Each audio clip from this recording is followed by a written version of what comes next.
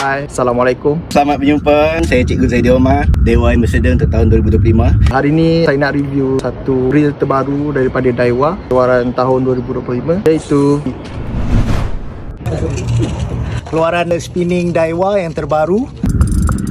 Kalau boleh tengok di sini, model reel ini adalah LT4000D CXH ARK. Best about this reel dilengkapi dengan air dry system. sistem air drive membuatkan reel ni mempunyai kayuhan yang sangat lancar. Sistem ni akan menyebabkan kelembutan kayuhan, kekuatan di gear. Sangat tough apabila melawan ikan yang ganas, sangat sesuai. Fast jigging, slow jigging, heavy jigging untuk perairan Malaysia. Okey, LT maksudnya light tough, memang dibuat untuk ringan dan kuat. 4000 adalah size spool, D untuk deep spool.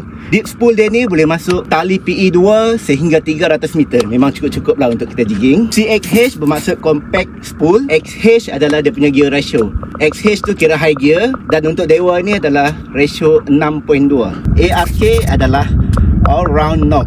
Memang selesa untuk jigging sehari. Apa yang menarik ialah body diperbuat daripada tough metal body, Full aluminium MQ body.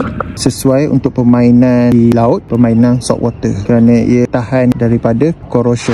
Memang sedap untuk guna. Ini buktinya hasil saya hari ini. This is the best reel untuk 2025. Anda boleh dapatkan dekat dealer-dealer Daiwa yang berdekatan. Ballistic HD. Ballistic HD 2025. Daiwa Feel alive.